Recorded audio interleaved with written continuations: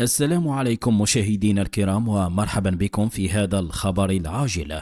قبل الخوض في التفاصيل لا تنسوا الاعجاب بالفيديو والاشتراك في القناة لكي يصلكم دائما كل جديد. سجل إقليم الحسيمة صباح اليوم الأربعاء 25 فبراير 2026 هزة أرضية بلغت شدتها 3.2 درجات على سلم ريشتر، وفق ما أفاد به مركز رصد الزلازل الأوروبي المتوسطي.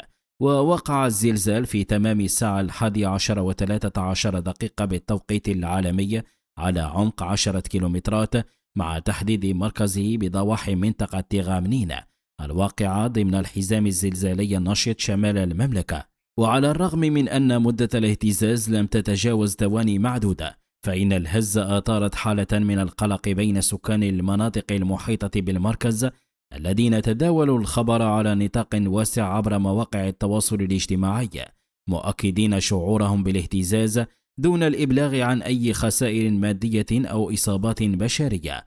وتعد هذه الهزة تذكيرا بنشاط المنطقة الزلزالية النسبي، ما يستدعي متابعة المواطنين للتعليمات الوقائية والحفاظ على اليقظة في مثل هذه الحالات الطارئة. شكرا لكم على حسن المتابعة.